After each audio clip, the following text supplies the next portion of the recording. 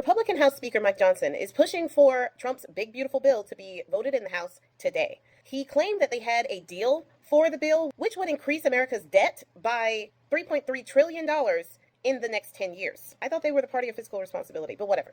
So they are pushing for this vote, but it's tentative whether or not this will actually get through. Because we have hardliners on the right, on the Republican side, who thinks that the cuts in this bill are not going far enough.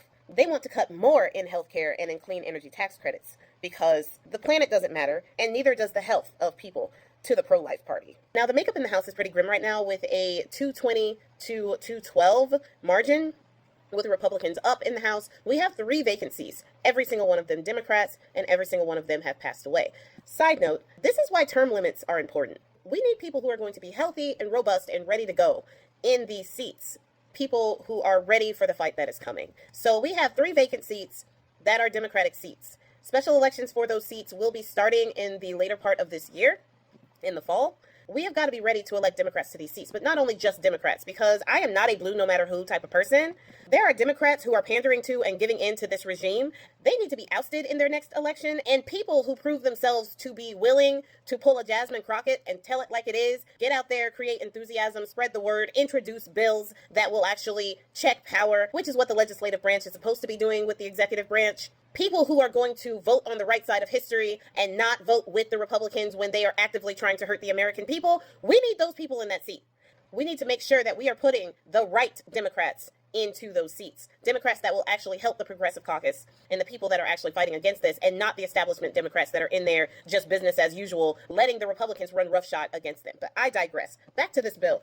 The Republicans who are hardlining and demanding steeper cuts are using America's downgraded credit rating as their reason for doing that. They are saying things like, and I'm paraphrasing, the reason why we got the lower downgrade is because of our ballooning deficit. Well, yeah, but anybody who was paying attention to why Moody's downgraded our rating for the first time in 100 years is because of this big, beautiful bill.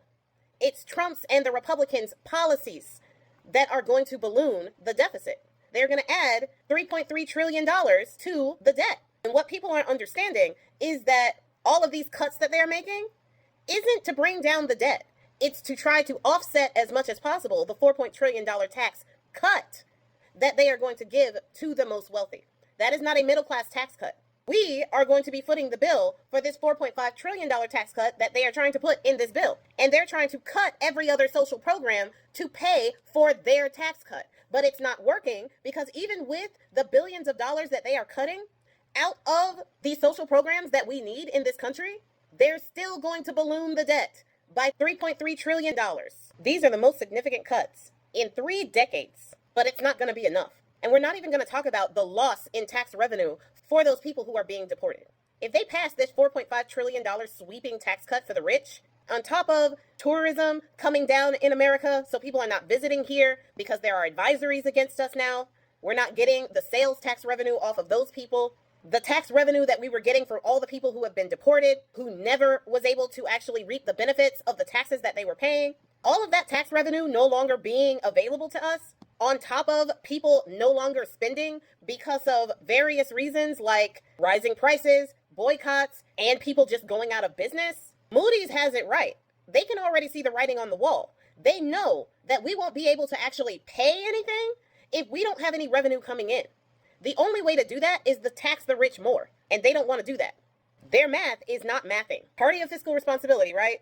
They always have money for all the things that they want to do. Paying $85 million so far for Trump's golf excursions every single weekend when he's not over there making secret deals with Qatar. Paying for colonizing white South Africans to come here on our dime and start lives here and bring their racism.